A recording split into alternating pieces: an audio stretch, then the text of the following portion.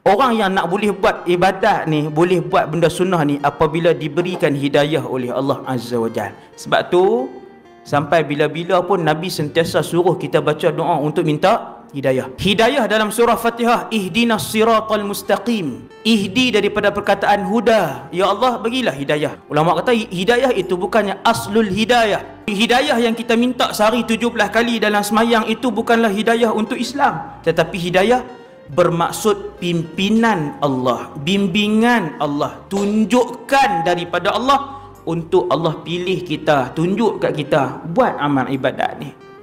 Maka orang yang kaya dengan hidayah Allah, dialah yang paling banyak selepas ada ilmu mengamalkan ilmu itu. Maka hak nak buat ilmu-ilmu ni, hak nak beramal ni, semua di atas pilihan. Beruntunglah orang yang tak pernah tinggal sunnah. Dia sentiasa ingat. Bermaksud Allah sentiasa melihat dia dan membimbing hidupnya.